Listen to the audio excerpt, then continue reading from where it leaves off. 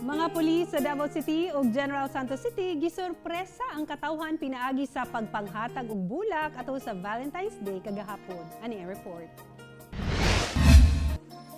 Gisurpresa sa buhangin pulis ang pamilyang Natividad sa Purok 35 Binuling Barangay Kabantian sa Davao City sa paghatag og bulak ug food packs kung asa nagpuyo ang usa ka senior citizen. Ang kapulisan sab sa San Pedro Police Station nang hatag og bulak inubanan og food packs sa mga senior citizen, homeless ug mga taong masugatan.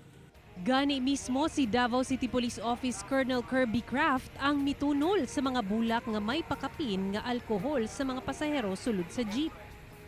Kining magpartner nga mihunong sa checkpoint sa Turil na sorpresa usab human makadawat og balon nga dunay stuffed toy gikan sa mga pulis.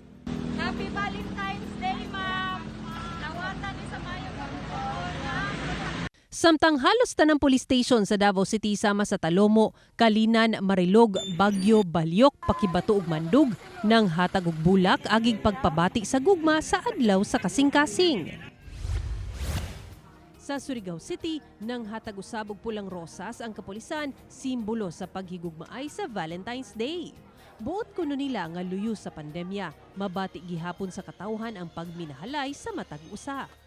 Wala sab magpaulahi ang kapulisan sa General Santos City. Dihang nanghatag ang City Mobile Force Company og mga bulak, balon, chocolate, lakip na face mask sa mga nangaging motorista.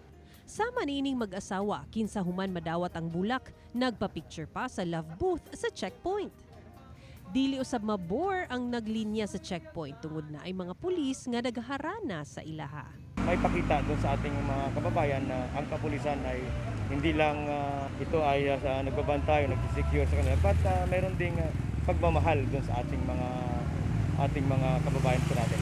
Happy Valentine's Day, mga kapuso! Ako si Sarah Hilomen Velasco para sa One Mindanao.